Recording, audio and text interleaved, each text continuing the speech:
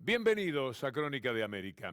Esta semana la Argentina ha mostrado una cara de protesta que verdaderamente duele. Por un lado, porque es víctima de la demagogia que los candidatos de la derecha hicieron uso antes de las elecciones para ganarlas finalmente, y también la respuesta que ahora se da por parte de una sociedad muy herida, sobre todo los más vulnerables. La clase trabajadora, que ha salido a la calle una y otra vez, como les contábamos la semana pasada, pero en esta ocurrió lo mismo y se viene un paro general el día 6 de abril, pero antes habrá otra movida por todas las calles de la ciudad de Buenos Aires y las hubo también en la ciudad de La Plata. Los docentes que todavía no han empezado las clases, porque no pueden, porque el neoliberalismo les está negando lo mínimo. Los docentes en la Argentina, cuando empiezan, están por debajo de la línea de pobreza. Esto es lo que la demagogia de la derecha ha generado en la República Argentina de este tiempo. Entonces duele muchísimo pensar si por un lado fue la demagogia o por el otro lado la credulidad que tuvieron muchísimos sectores de la sociedad en la Argentina para que se llegara a una situación en la cual, además de los males de la clase trabajadora, de los cientos de miles de despidos, se está viviendo una sucesión de hechos de corrupción que verdaderamente alarma. Aquellos que venían a limpiar el país, porque ellos denunciaban corrupción, aquellos que eran transparentes, republicanos y democráticos, no son republicanos, no son democráticos y mucho menos transparentes. La corrupción galopante que se vive hoy día en la Argentina de Mauricio Macri duele, rompe el corazón de muchísimos cientos de miles que votaron creyendo en ese proyecto, en esa mentira, en esa demagogia. Porque duele haber pensado que iban a ser transparentes los que inmediatamente en el poder empezaron a robar. Ya les he contado lo que fue la causa del dólar a futuro. Cambiaron el precio del dólar para negociar con el dólar a futuro que el anterior gobierno había negociado e hicieron una diferencia de 55.000 millones de pesos que equivalen a unos 3.000 millones de dólares en un pase de mano. En unas pocas horas, ellos resolvieron, bueno, ¿cuánto le ponemos el dólar a futuro? Decidieron el precio y decidieron su propia ganancia. Se sabe que todos los que compraron dólar a futuro son los integrantes de este gobierno. Panama Papers, el presidente está envuelto, tapado por ese tipo de corrupción que uno se da cuenta que existe en estos términos para los empresarios, etcétera, que allí tienen su centro de actividades.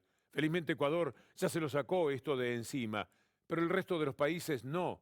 Y después tenemos una historia que también les hemos contado, que se refiere al correo. Mire, hoy va a venir Gabriela Cerruti, autora de un libro que se llama El Pibe, que tiene que ver con la historia de corrupción de Mauricio Macri, porque lo notable que ha sucedido, piensen ustedes en Ecuador si tienen algo para decirse al respecto, es que la corrupción de la familia Macri se conocía desde hace muchísimos años. Pasaron por todos los gobiernos siempre en términos de corrupción, sacándole al Estado todo lo que podían, y de una manera increíble, a través de la enorme hegemonía de ciertos medios de comunicación, consiguieron convencer a buena parte de la sociedad, a la mitad más uno, de que este hombre podía ser un buen proyecto y además ser transparente.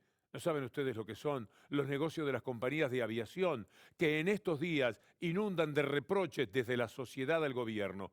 Cuando los docentes no pueden firmar el acuerdo para empezar las clases, ya tenemos un atraso enorme. Lo primero que le dicen al gobierno es, pero ¿cómo? Ustedes que estaban dispuestos a quedarse con 70.000 millones de pesos que Macri le daba a la familia de Macri, o le perdonaba a la familia de Macri, son capaces de decir que 2/3 de este dinero no los tienen para compensar a los docentes que no estén por debajo de la línea de pobreza. Esto es lo que ocurre hoy en la Argentina neoliberal de Mauricio Macri. Tremenda demagogia para llegar a encontrarnos con tremendos males para la sociedad y con una inmensa corrupción que en estos momentos tapa a la Argentina como nunca se vio en democracia. Esta es nuestra línea de pensamiento, la que vamos a recorrer en esta Crónica de América. Bienvenidos.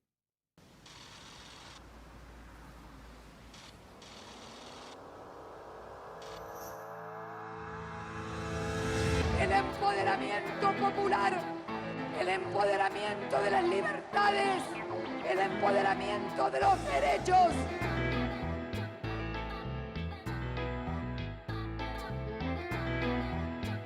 Solo unidos nosotros, en una sola gran patria, seremos libres. Ou nós decidimos de construir, ou não vamos a lugar nenhum. Ganhou Macri. A perda do cargo da senhora presidente da República. Ya no es solo un intento de restauración conservadora, se trata de un nuevo plan contra. It's never been a good bet to bet against the United States of America.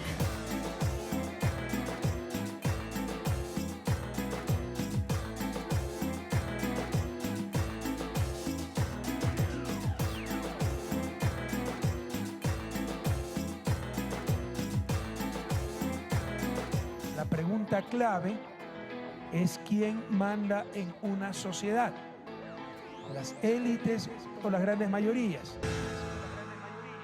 Y las respuestas a esa pregunta es lo que estamos buscando permanentemente en Crónica de América.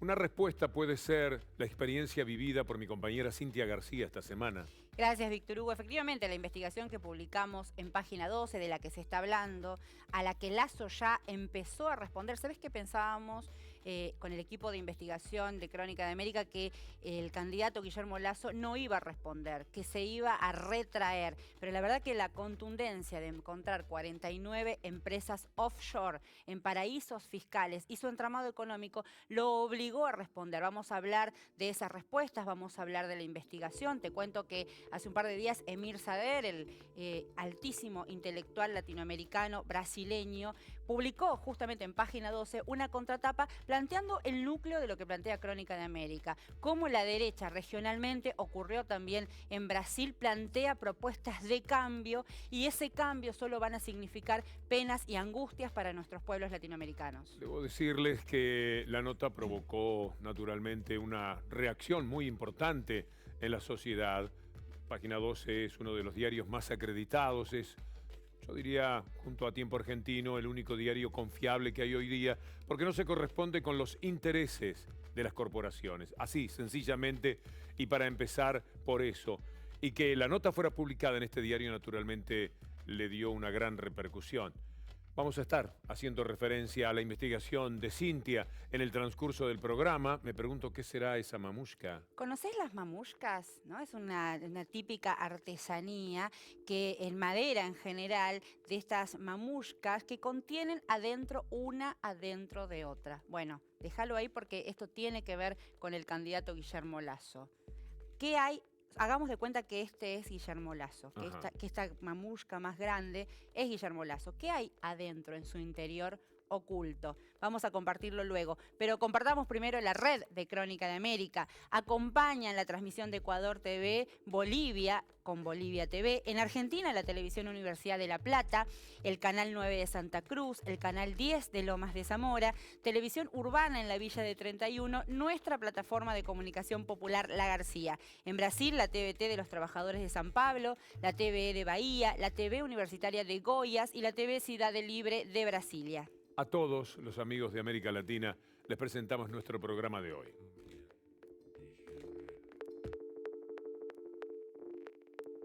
Estoy listo, amigos, cuando quieran. A 2 semanas de la elección presidencial en Ecuador, la campaña política se intensifica. ¿De qué cambio, de qué carajo estamos hablando? Cuando sé que ellos decían una cosa y después hicieron otra. No podemos pagar la luz, no podemos pagar el gas. Lasso promete, en líneas generales, un modelo similar al de Mauricio Macri. 1 millón de empleos. Pobreza cero. 1 millón de empleos. Pobreza cero. 1 millón de empleos. Pobreza cero. 1 millón de empleos. Pobreza cero. 1 millón de empleos. Pobreza cero en 4 años es obvio que no se alcanza. Su fortuna pasó de 1 millón declarados a 31 millones de dólares gracias a la especulación con los bonos emitidos. Señor Lasso, ¿usted qué opina de esta investigación de Página 12 de Argentina, que asegura que usted ha pasado los nombres de sus patrimonios en offshores a sus hijos y a familiares para eludir lo que dijo el mandato popular? Estamos realmente aturdidos y sorprendidos con esta revelación que vamos prontamente a compartir con todos ustedes. Mi patrimonio es público, público. Soy Cintia García desde Quito, Ecuador. Esto es Crónica de América. Hemos hemos realizado un introito a lo que es demagogia y corrupción en la Argentina. Veamos cómo son las cosas en Ecuador. Sofía Montoya, con su informe. A 2 semanas de la elección presidencial en Ecuador, la campaña política se intensifica. Las ofertas van y vienen, muchas de las cuales han sido tildadas por expertos como demagógicas, ya que no están sustentadas en las estrategias para lograr estos objetivos.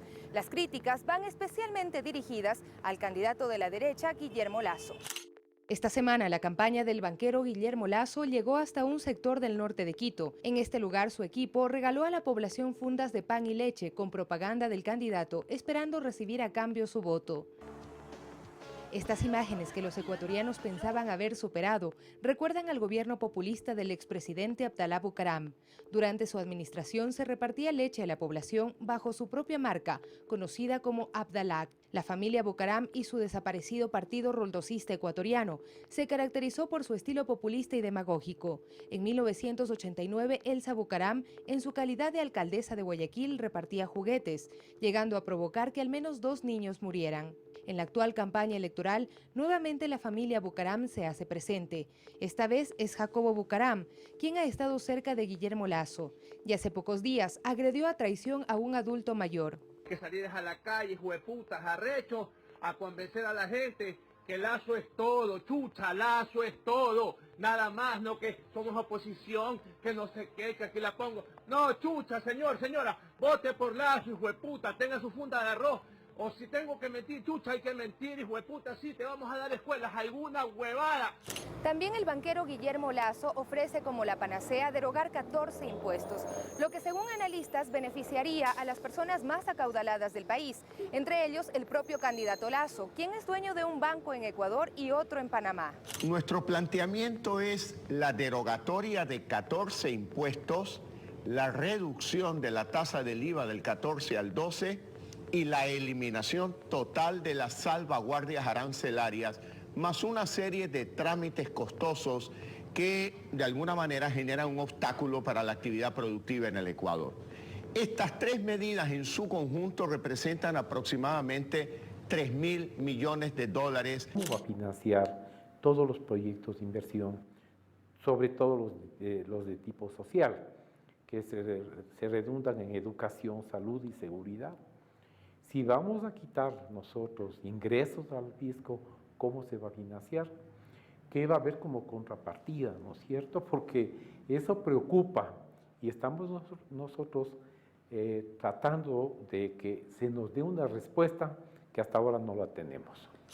Entre los impuestos que eliminaría el banquero Lasso también está el de salida de divisas. Este tributo ha impedido que los dólares salgan del Ecuador y así evitar el colapso de una economía dolarizada.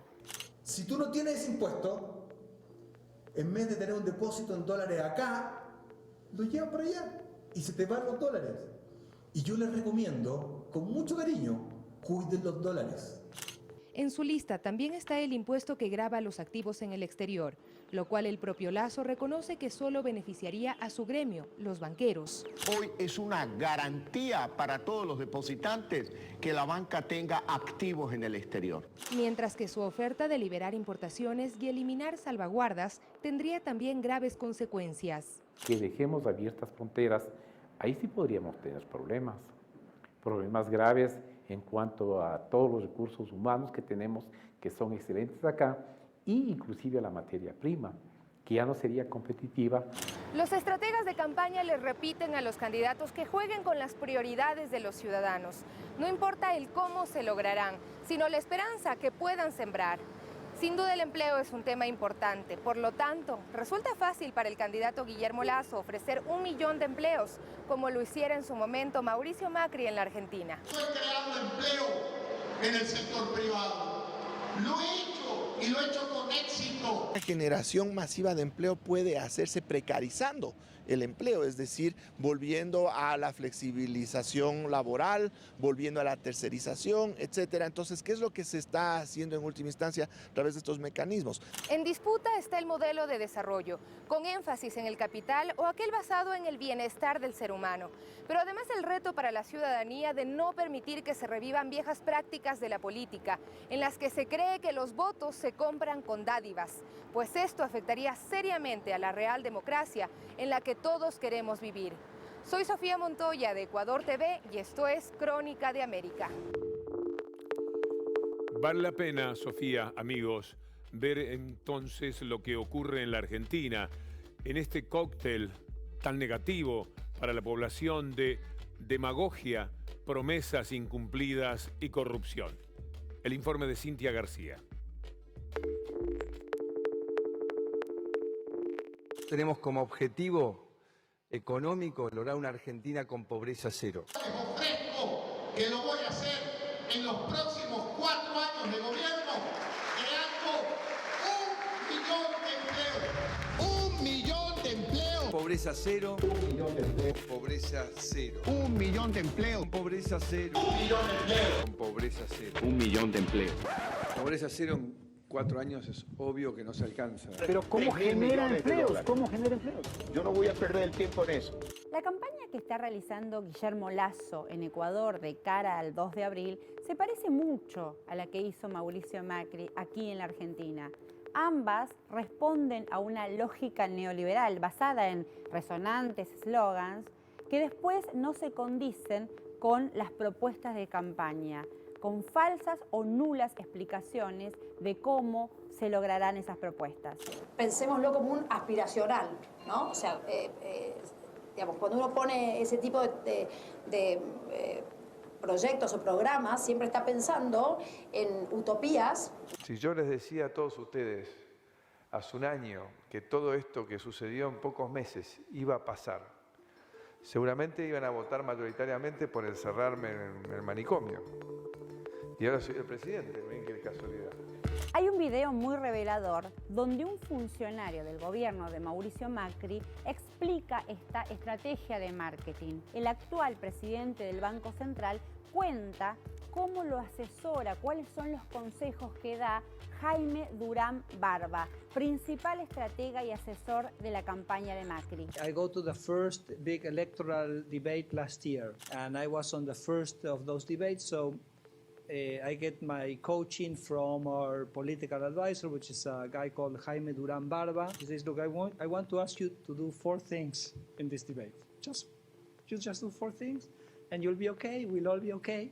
The first one is don't propose anything. The second thing is don't explain anything. No, because if you explain inflation, then they're going to say that you're going to explain that money printing generates inflation and that you have to reduce money printing, and if you have to reduce money printing, that means that you're going to do a fiscal adjustment, and a fiscal adjustment means people will lose their job, and we don't want you to kind of say that. You just, when you're in government, do whatever you think has to be done, but not right now in the middle of the debate. La mayor parte de los candidatos de la derecha en América Latina parecen no ser políticos, se presentan como no viniendo de la política. Entonces adquieren otros lenguajes. Uno de los lenguajes preferidos, porque se sienten cómodos, porque son fáciles de ser asesorados en eso, es el lenguaje publicitario, que se maneja siempre con eslogans, con frases cortas, con consignas muy específicas respecto del deseo de bienestar y muy poco específicas respecto de los caminos para llegar a ese punto.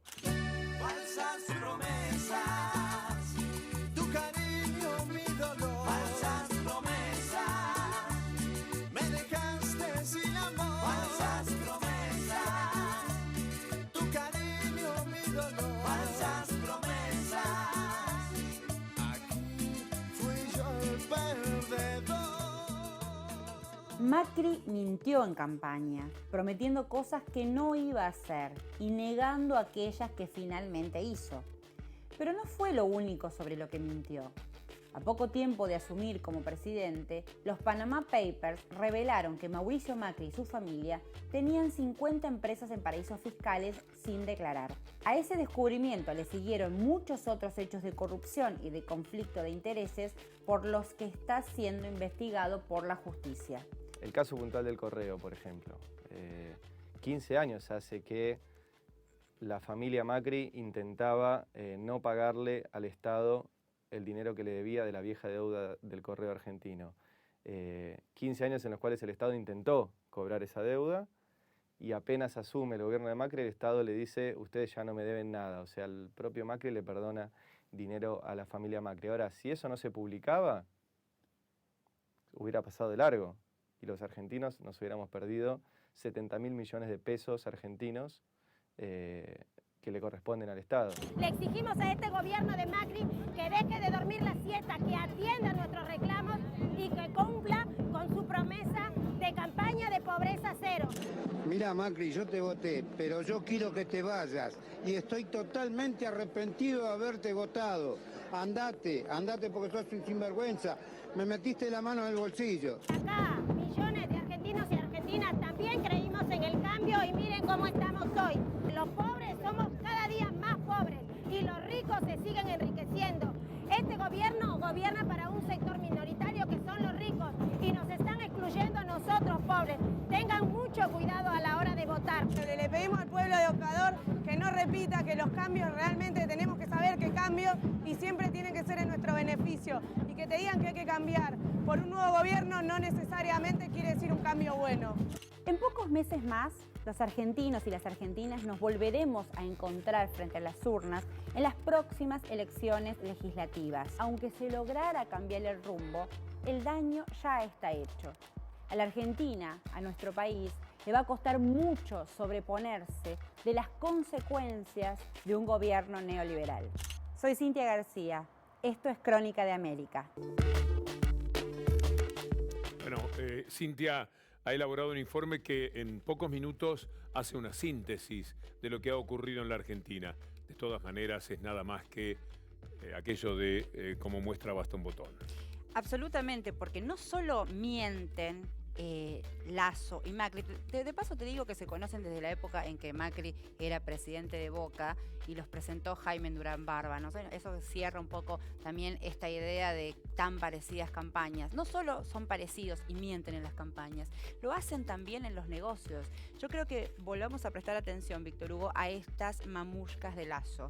Esta mamushka, la mayor, es Guillermo Lasso. Si te parece, compartimos la investigación de Página 12, de Crónica de América, de La García, nuestro equipo de trabajo sobre el entramado de negocios del candidato de la derecha, Guillermo Lasso.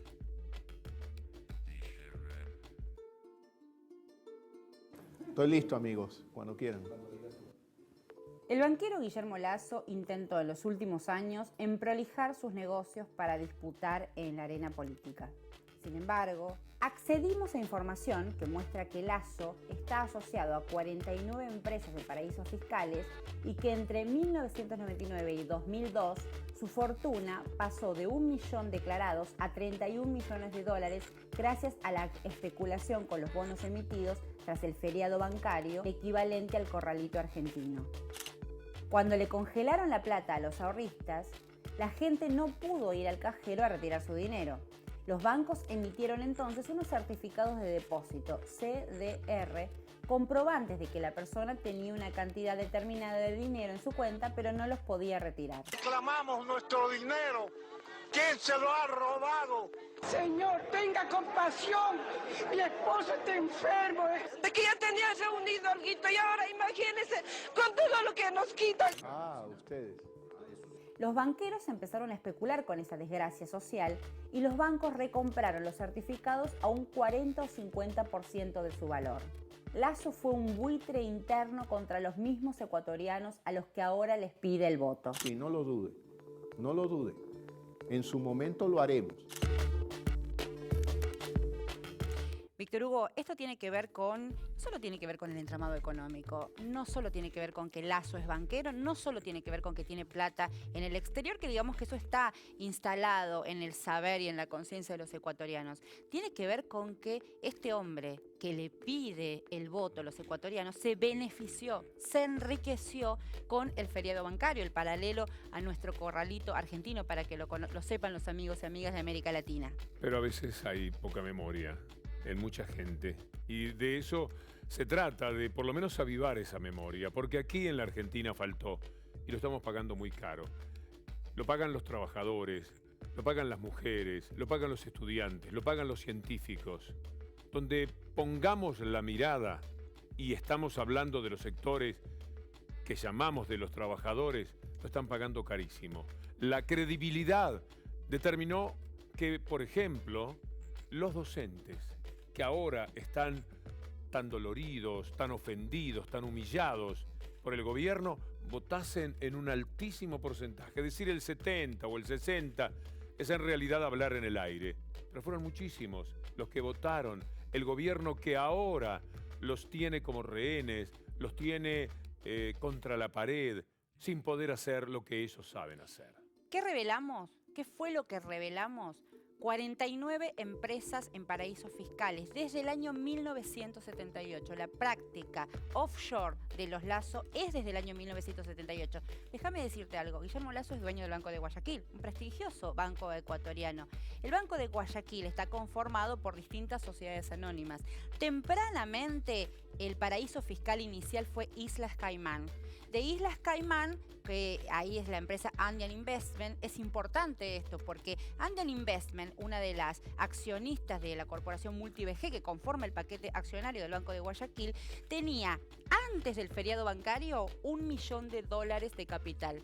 Luego del feriado bancario, 31 millones de dólares. Esos 31 millones de dólares están hechos de la usura del buitre interno que compró a los ahorristas los certificados de depósito, los CDR, a un 40 o 50% de su valor. Sigo, si querés, sigo. Tenemos muchísima más información que vamos a revelar. Luego, las mamushkas. Pero además, y esto es muy grave porque tiene que ver con la fuga de capitales, Guillermo Lasso salía y venía, traía y llevaba el dinero de su capital accionario de Ecuador a través de fideicomisos. Si estaban en paraísos fiscales, los traía a nombres de fideicomisos. Luego esos fideicomisos los llevaba a paraísos fiscales, por ejemplo, en Delaware. Vamos a revelar detalladamente, esta es una información muy compleja, con lo cual agradezco a todo el equipo de producción que hizo el soporte para traducir a un lenguaje comprensible lo que les estamos contando. Esos fideicomisos de capital de la familia Lasso, sus herederos, su nuera, su esposa y sus allegados testaferros, los llevó a empresas offshore en Delaware. Vamos a contar en detalle cada una de esas composiciones accionarias. Sirve de paso para ver cómo esa mafia financiera internacional actúa en todas partes, porque Estados Unidos parece estar desprendido de esos paraísos fiscales. Hablamos de Caimán, de Islas Vírgenes Británicas, de Bahamas, pero Delaware Panamá. Es Estados Unidos. Sí. Esto es lo que quería decir. Exacto. Es un estado que compone a los Estados Unidos donde tienen su paraíso y ahí actúan. Y hay más, hay más. Te puedo llevar a la Florida si querés, pero te estoy adelantando información que vamos a ir revelando. Tengo mucha curiosidad por lo de la mamushka. Vamos a ver qué repercusiones tuvo este trabajo periodístico de Cintia García en Ecuador. Hola, ¿qué tal? La publicación que revela a Guillermo Lasso como el magnate de las offshore, según la investigación de Cintia García, ha llamado la atención especialmente de los ciudadanos que fueron estafados a través de los certificados de depósito reprogramables que fueron utilizados para que los banqueros como Lasso amasen fortunas tras la tragedia del feriado bancario, pagando al 40% los depósitos retenidos y quedándose con el 60% de las ganancias del dinero de los ahorristas. El día de su publicación fue además tendencia en las redes sociales, donde miles de personas se hicieron eco de la investigación. El propio presidente Rafael Correa llamó al candidato de la derecha a tener decencia y renunciar frente a la revelación de que posee 49 empresas offshore en paraísos fiscales a nombre de sus familiares y cercanos colaboradores. Lasso, por su parte, aseguró que su patrimonio es público y buscó desviar la atención respondiendo con otros temas y justificando que la pregunta venía del medio público, al que desde hace tiempo atrás no responde ninguna interrogante. Para medios privados, la investigación no fue noticia, la ignoraron por completo, contrario a lo que sucedió meses atrás cuando el tabloide panameño La Estrella de Panamá, cuyos accionistas están involucrados en hechos de corrupción, aseveraron sin pruebas que el vicepresidente Jorge Glass tenía una empresa en paraísos fiscales.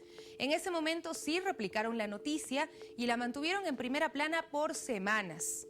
De todos modos, Cintia y Víctor Hugo, la ciudadanía quiere explicaciones del candidato de la derecha Guillermo Lasso sobre cómo en un solo año su fortuna se incrementó en un 3000%, precisamente cuando millones de ecuatorianos enfrentaban la más profunda crisis y tuvieron que emigrar a Estados Unidos, España e Italia, arriesgando su vida en el trayecto. Quizás una vía de conocer todavía mejor a Lasso sea conocer a Macri más en profundidad. Nadie en la Argentina ha sabido tanto de Macri, de sus negocios, de sus andanzas. Nadie lo ha denunciado con tanta continuidad, firmeza y argumentos como la ex legisladora y actualmente otra vez periodista, por suerte, una de las más respetadas integrantes de nuestro gremio. Hablo de Gabriela Cerruti, con la que vamos a estar inmediatamente después de la pausa, a la que vamos con este informe de TVT de Brasil.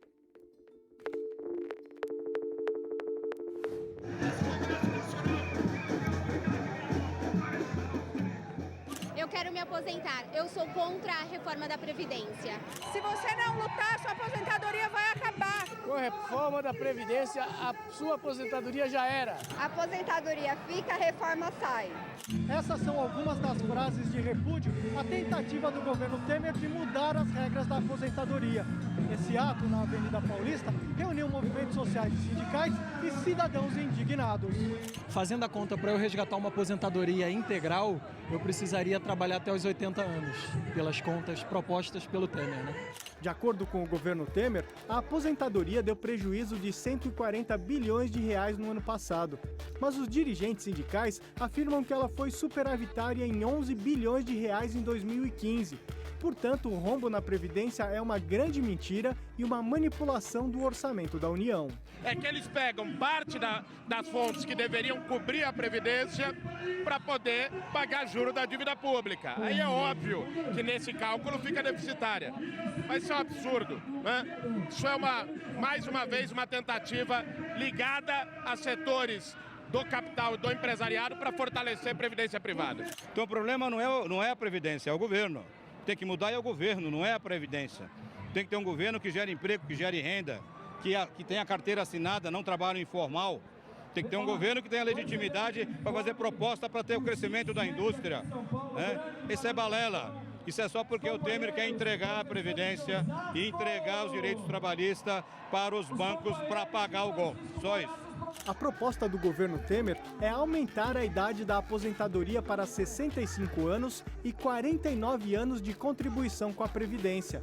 A regra valeria para homens e mulheres e trabalhadores urbanos e rurais. Os manifestantes dizem que, desta forma, a aposentadoria será para poucos. Igualar a aposentadoria da mulher aos 65 anos como os homens é uma agressão sem tamanho à categoria que tem dupla jornada ainda. Certamente o cara está representando o setor empresarial, houve muitos apelos do setor empresarial, né? Então ele está tentando atender a um lado, não melhorar a situação dos trabalhadores, mas atender os anseios do empresariado, né? De acordo com os organizadores, cerca de 300 mil pessoas participaram do ato, que foi encerrado pelo ex-presidente Luiz Inácio Lula da Silva. No discurso, ele afirmou que o impeachment da presidenta Dilma Rousseff foi organizado para acabar com as conquistas da classe trabalhadora. Ele conseguiu montar, dentro do Congresso Nacional, uma força política que quase nenhum presidente eleito conseguiu. E toda essa força política está predestinada a tentar impor goela abaixo da sociedade brasileira uma reforma da aposentadoria que vai praticamente proibir que milhões e milhões de brasileiros consigam se aposentar, que vai fazer com que os trabalhadores mais pobres desse país, sobretudo os trabalhadores rurais desse Nordeste, passam a receber metade do salário mínimo, sem ter noção do que esses trabalhadores representam na economia das pequenas cidades desse país. Eu sou o João Miag, da TVT de São Paulo, Brasil, para o Crônica de América.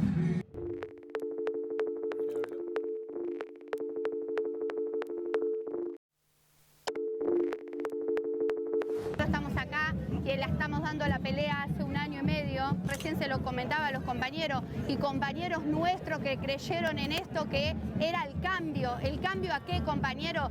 Le hablamos a los compañeros de Ecuador, a los compañeros ecuatorianos, no se confundan, acá estamos cagados de hambre, nuestros hijos no tienen para comer, nuestros compañeros perdieron la changa, nuestras abuelas se quedaron sin la jubilación porque quieren hacer un subsidio, le quieren sacar la pensión a las amas de casa. Este gobierno de derecha, gobierna para los que más tienen. Piensen antes de votar. Nosotros somos mamá y papá que criamos a nuestros hijos. No podemos mandar a nuestros hijos a la escuela, no podemos comprarles delantales. Los maestros hacen paro con justa razón porque también son trabajadores y no les alcanza para subsistir. Para esto lo hizo este gobierno que si no hacemos algo para sacarnos, vamos a quedar en el fondo. Nosotros somos los últimos, compañeros, los últimos de la fila, los que comíamos 1 kilo de milanesa y que ahora estamos cocinando con alita, con espinazo, porque no tenemos un mango. Esto es lo que hace el cambio. Entonces, por eso, compañeros, a los compañeros de Ecuador, a los compañeros ecuatorianos, les digo, piensen cuando van a votar,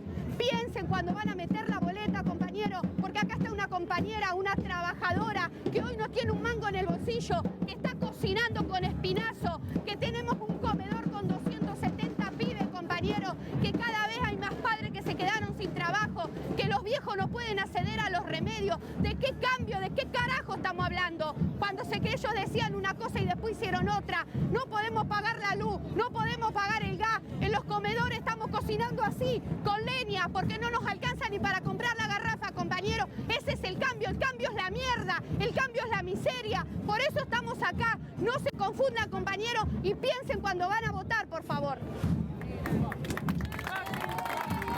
Cuánta pasión, Gabriela Cerruti, cuánta pasión de esa mujer. Es que la escuchaba y me acordaba de haber estado con vos, no sé, con ustedes, justo antes de las elecciones, que yo había escrito El Pibe, y yo tenía esa desesperación de conocerlo a Macri y de no poder parar de decir lo que nos va a pasar si este hombre gana.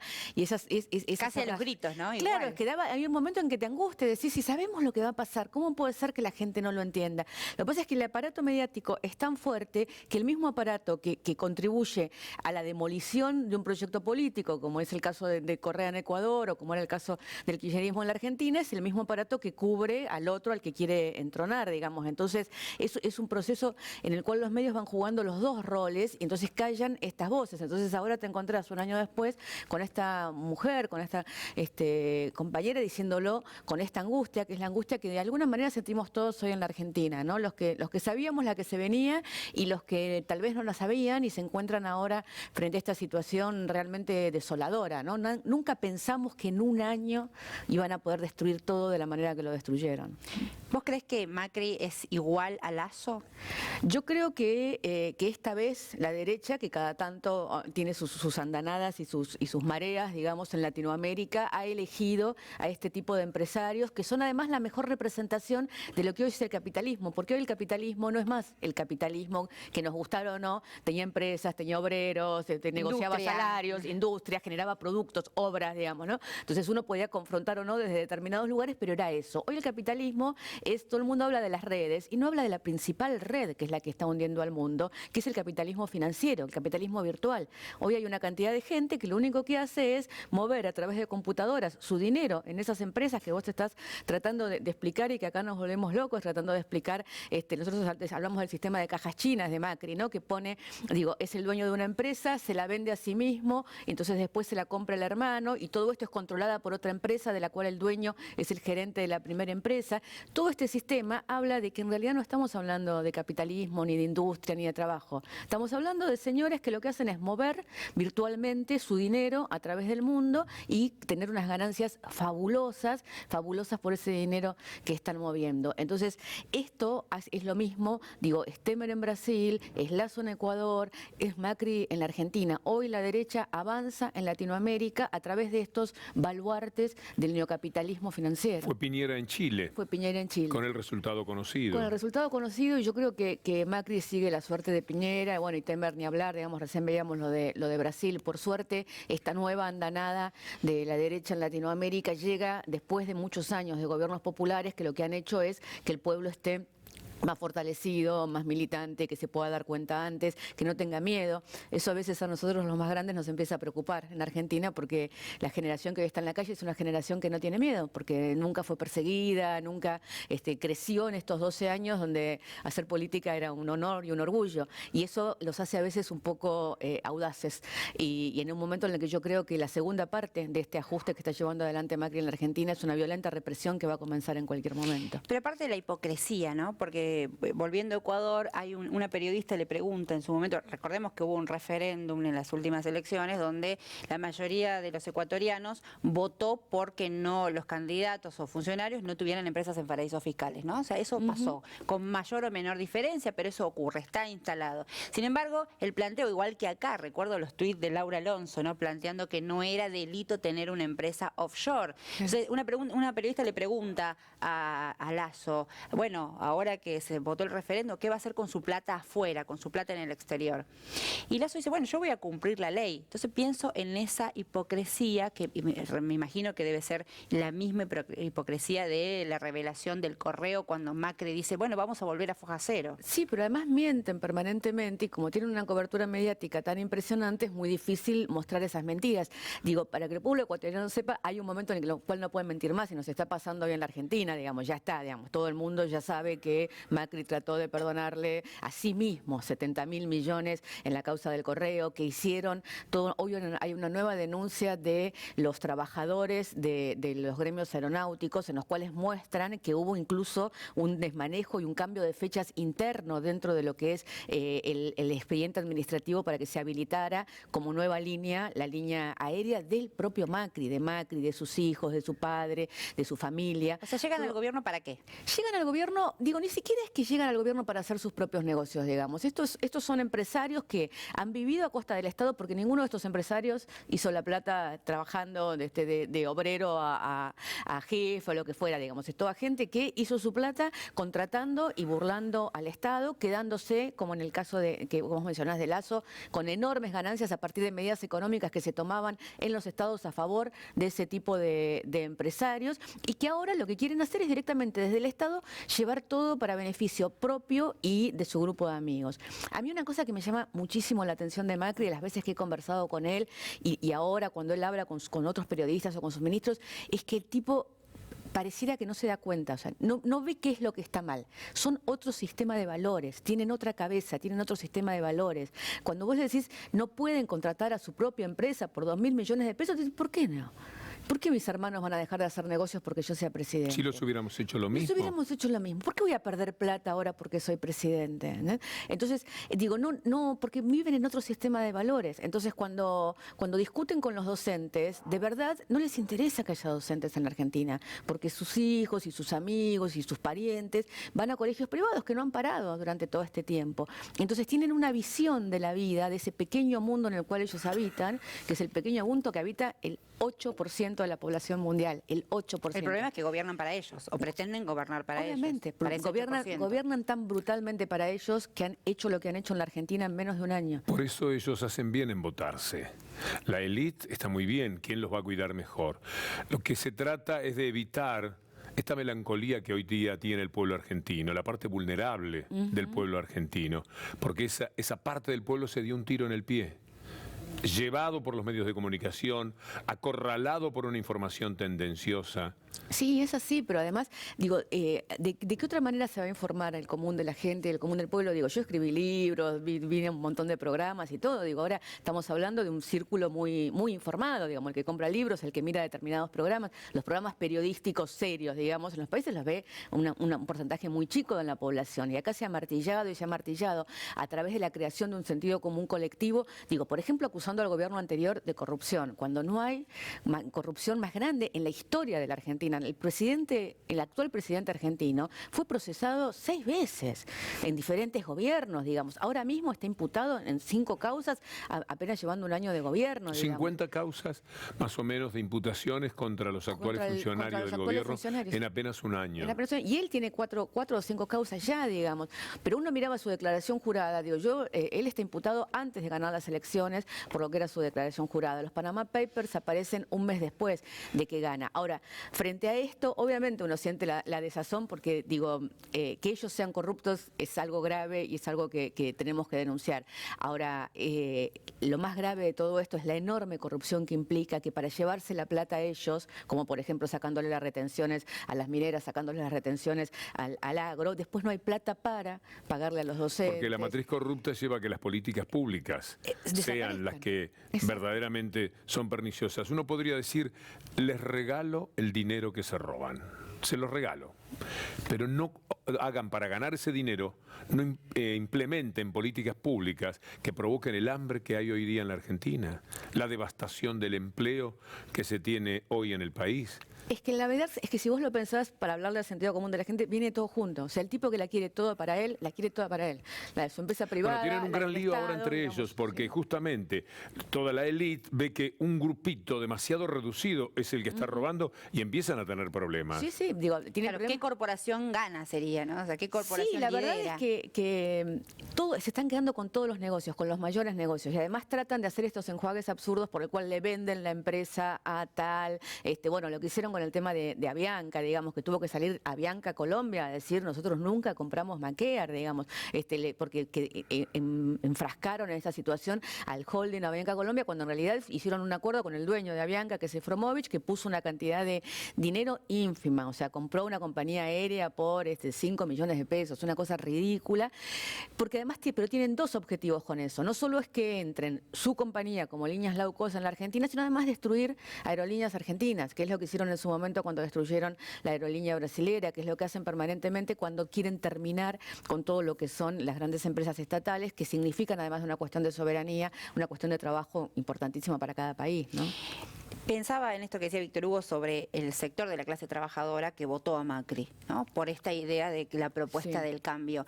Y después cómo se nota a poco de andar la distancia enorme en la calle, ¿no? O sea, Macri no puede hacer un acto multitudinario.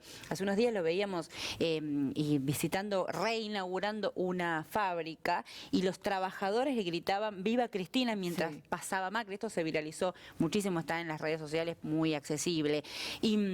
O Guillermo Lasso en una feria o en un acto de campaña, lo hemos mostrado acá en Crónica de América, en un momento le dicen tiene que agarrar un pollo y agarra el pollo con una cara de asco, digamos, porque su distancia con el pueblo es muy grande, muy grande. Ahora, evidentemente esa distancia la ocultan los medios de comunicación. ¿Cómo explicar, transitar ese eslogan de marketing del cambio que tan mella hacen procesos que tienen su tiempo de transcurridos? Entonces hay un sector de la población que dice, bueno, yo quiero cambiar, pasó mucho tiempo. Es que yo creo que el deseo de cambiar es un deseo legítimo del ser humano y de la sociedad en su conjunto. El tema es cambiar hacia dónde. Digo, seguramente a los ecuatorianos hay una cantidad de cosas que quieren cambiar de lo que es la situación actual o de lo que está transitando el gobierno. Y es legítimo que le exijan a ese gobierno que profundice, que cambie, que vaya para tal o para cual lado, que haga las cosas que todavía faltan hacer. Lo mismo que nos pasaba en la Argentina. Sin duda faltaban un montón de cosas por hacer, sin duda había que cambiar y había que profundizar algunas y había que retroceder en otras, porque esto es lo que sucede en una sociedad. Digo, uno no está siempre gobernando en cada una de las medidas que toma con el rumbo correcto, pero en el día a día haciendo lo que se debe hacer. Pero ese cambio tiene que entender la sociedad ecuatoriana, que tiene la suerte, la sociedad ecuatoriana, de que nosotros hayamos votado un año antes y que entonces ya pueden ver lo que nosotros decíamos que iba a pasar y que no querían escuchar, lo pueden ver. Lo decimos con dolor. Lo dijimos con dolor y ahora con dolor también les decimos a la sociedad ecuatoriana que lo que les están prometiendo es mentira, porque ya estamos viendo en la Argentina lo que está pasando. Dos ejemplos tiene Ecuador, no solo Argentina, sino también Brasil. Claro. Los países más poderosos del área están en una situación pavorosa. En todos lados piquetes, paros, protestas, una bronca muy, pero muy grande con el poder establecido. Es que la verdad es que digo, nosotros anoche hablábamos con el ex ministro de Economía nuestro, con Axel Kicillof, decía, ¿no? Nosotros nos votaron en contra al kirchnerismo por diferentes razones que seguramente muchas tienen que ver con lo que la gente vota en contra en Ecuador, desde que le parecía autoritaria la presidenta hasta por la cadena nacional. O sea, cada habitante decide su voto por razones que a veces no es la macroeconomía, que no es el gran rumbo, sino porque quiere que modifiquen alguna cosa. Ahora esa misma gente que nos votó porque no se bancaba más las cadenas nacionales personales de Cristina, hoy está sin trabajo, sin tener para darle de comer a sus hijos, sin posibilidad de salir de vacaciones. Entonces lo que tienen que entender es que en estas elecciones, donde lo que viene enfrente es la derecha neoliberal, traten de no votar pensando en pequeñas situaciones o en cuestiones más estéticas que profundas, porque lo que ellos no vienen a cambiar eso. Lo que ellos vienen a cambiar profundamente es la matriz económica de América Latina, por una matriz en la cual solamente puedan ganar ellos. Estamos en un año de campaña también en Argentina. En unos meses vamos a estar votando los argentinos. ¿Vos creés que hay un daño profundo hecho a la Argentina ya en este tiempo de gobierno de Macri?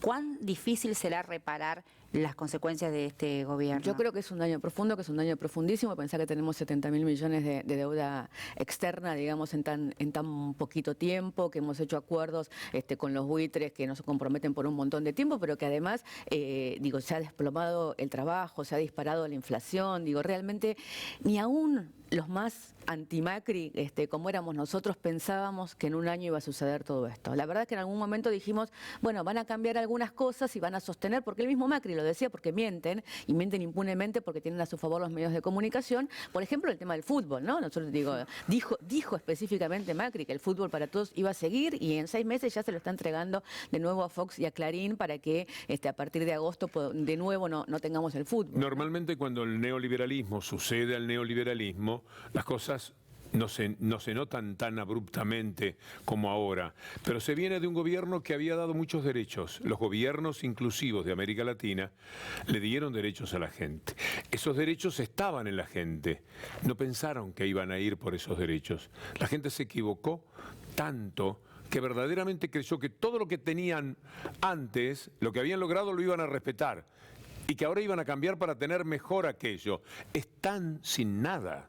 Perdieron lo que tenían. Sí, es que uno tiene esa sensación que hay derechos adquiridos que se van adquiriendo y ya no sabes ni siquiera qué gobierno los hizo. Entonces, bueno, había una cantidad de cosas que disfrutábamos y que no se sabía ni qué gobierno los había hecho. Yo recuerdo, viajé a Ecuador hace poquito y recuerdo de un guía que nos llevaba ahí por la zona de baños y nos decía lo que significaba para ellos la escuela pública, que para nosotros era como algo adquirido a partir de los 50, era como, bueno, está llegando el peronismo, decíamos, a Ecuador, pero no, pero usted no sabe lo que es, o sea, pensar que yo puedo ir a la escuela y que mi hijo puede ir a la escuela y que además voy a tener mochila con los útiles escolares para ir. Esto no existía en Ecuador, nos decía muy conmovido. Y hay que ver si se siguen acordando los ecuatorianos que eso no existía en Ecuador. Tal vez sienten que eso ya está y que eso es para siempre. Miren la Argentina, no es para siempre. Hoy los chicos, los jóvenes que van a la escuela pública están sin clases, no empezaron las clases todavía de este año porque este gobierno quiere solamente escuela privada y quiere que no se le pague lo que le corresponde a los docentes. Entonces, todos esos derechos adquiridos hay que defenderlos porque no son para siempre. Gabriela, muchas gracias. Gracias a ustedes por la invitación. Gracias, Gabriela. Y felicitaciones, Cintia, por la investigación. Gracias, igualmente por Nuestras Voces, el portal que dirige Gabriela Cerruti. Que pueden verlo en cualquier sitio. Muchas de las cosas que está diciendo Gabriela, las referidas a Macri, por ejemplo, pero también a la actualidad de Argentina, entrando al portal Nuestras Voces, van a tener elementos extraordinarios. Por ejemplo, la denuncia sobre la historia del correo apareció en el portal Nuestras Voces con otro periodista que estuvo hace un ratito en nuestro programa, que es Ari Lijalad. O sea que es muy interesante que puedan entrar allí. Gracias otra vez. Gracias. Con dolor, ¿no? Con dolor presentamos las mamuscas de Lasso, porque las consecuencias de estas mamuscas es dolor para los ecuatorianos. No las voy a contar ahora, pero quiero decir solamente, esta mamusca grande es Guillermo Lasso, el candidato. Esta es una de sus empresas en Panamá. Hasta el próximo bloque, ya venimos.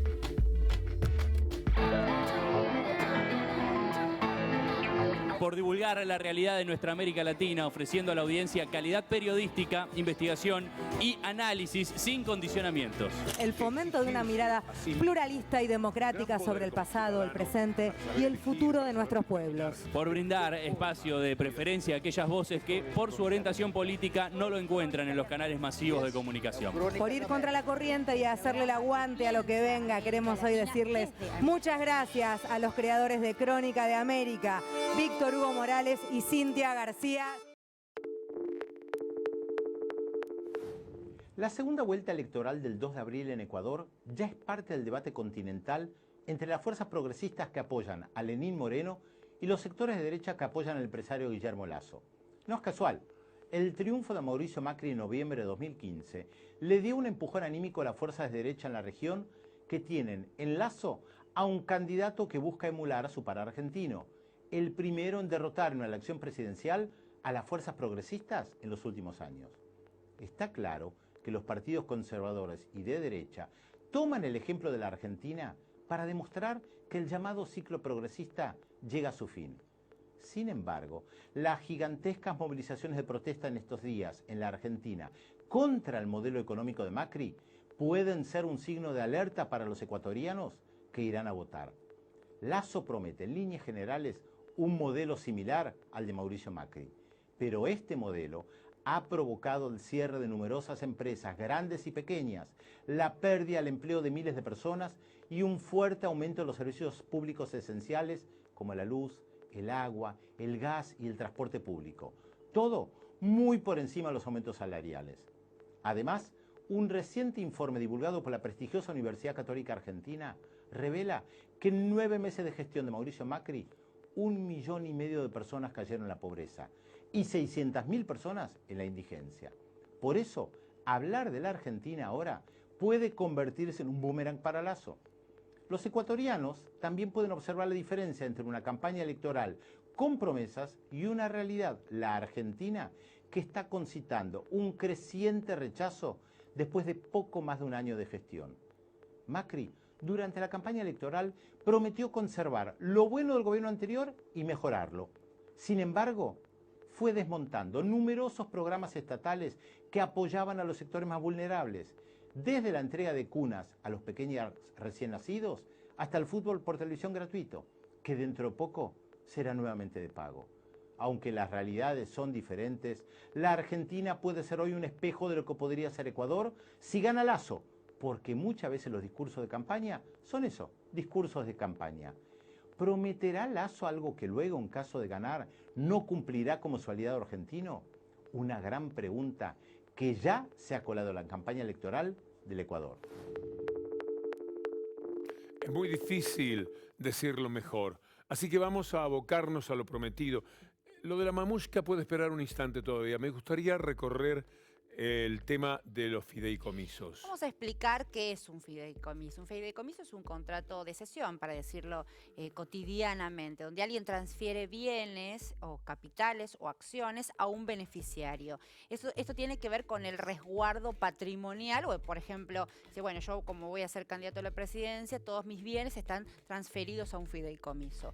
¿Cuál es el punto de estos fideicomisos que vamos a presentar? Es que pasan en un momento de la historia de limpieza económica de Lasso. Lasso lo que hace es limpiarse para sus candidaturas presidenciales. Recordemos que perdió en 2013 frente a Correa por una diferencia de 57-23, ¿no? Y ahora es el candidato de la derecha frente a Lenín Moreno. Bueno, muy bien. Entonces, en un momento, Lasso tenía constituidos fideicomisos en Ecuador, ¿no? Con las legislaciones ecuatorianas. Y es el momento en el que deciden pasar de Panamá, que era uno de los paraísos fiscales, y suman otro paraíso fiscal, Delaware. Entonces yo te voy a contar algo que Lasso niega, ¿no? Pero yo te lo voy a contar, lo tenemos absolutamente documentado. Por ejemplo, vamos a ver la placa de Positano. Positano, con este ocurrente nombre, es una empresa offshore en Delaware. ¿A quién le pertenece? Al fideicomiso GLM. ¿Quién es GLM? El candidato, Guillermo Lasso Mendoza. Vamos al segundo fideicomiso, que se llama Granada. Granada Internacional es otra offshore en Delaware. Le pertenece a María Eugenia Lasso Mendoza, la hermana de Guillermo Lasso. El otro fideicomiso, Víctor Hugo, es Montpellier.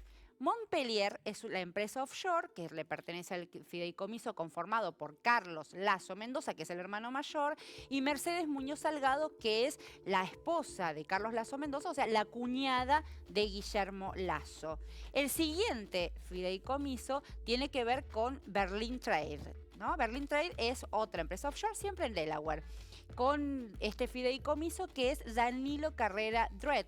¿Quién es Danilo Carrera? El cuñado. Ojo acá, porque Danilo Carrera es aquel, que lo revelamos en la nota en página 12, que de alguna manera, para decirlo simplemente, le regala a Lasso el banco con lo que luego fue y conformó el Banco de Guayaquil.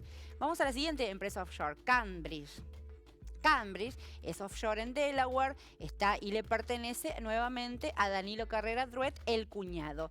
Y en la última empresa offshore es US Strategic Investment, que es una empresa offshore en Delaware, y está compuesto, y acá entran dos personajes interesantes, por Angelo Caputi y Miriam Icaza. Angelo Caputi es uno de los... me arriesgo a decir testaferros, podríamos decirlo, uno de los allegados. Fue muy importante porque fue uno de los directivos, es uno de los directivos del Banco de Guayaquil, propiedad de Lazo Mendoza. Y el otro fideicomiso, JME, que se convierte en una empresa offshore en Delaware, le pertenece a Julio Macliff, otro ejecutivo del Banco de Guayaquil. Digámosle allegados.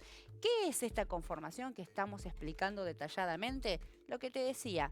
Fideicomisos en Ecuador, o sea, donde Guillermo Lazo, transfiere su patrimonio a sus familiares y allegados, esposas, cuñadas, cuñado, hijos, en fin, sus allegados, los transfiere a fideicomisos en Ecuador, pero luego los pasan a empresas offshore en Delaware.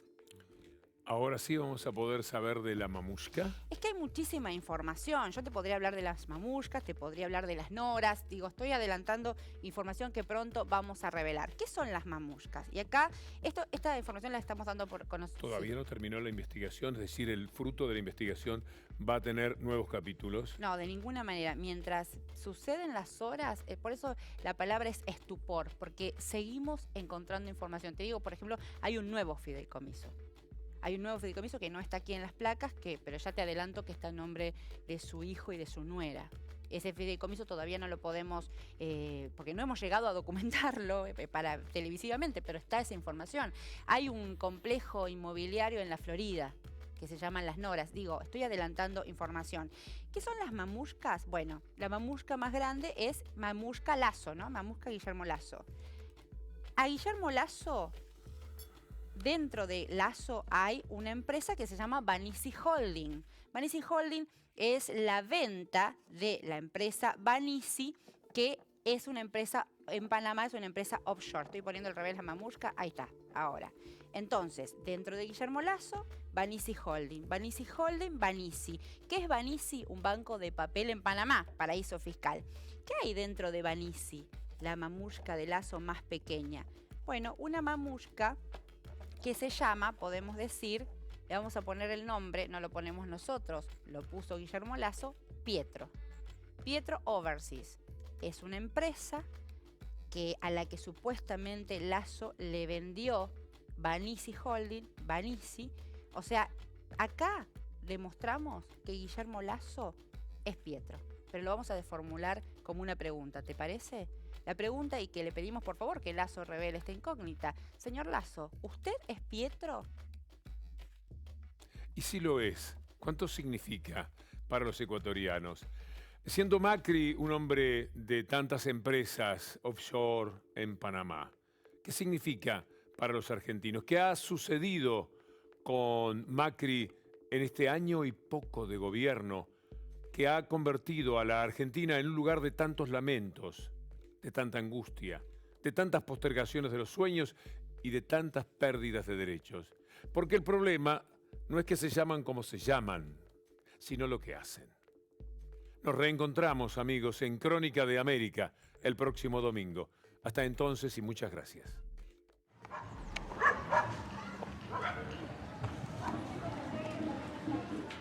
Hace tiempo que busqué y nunca encontré algo que pudiera calmar mi mal después de tanta confusión. Viene Bombacha ya con su canción y letra Tinkusaya.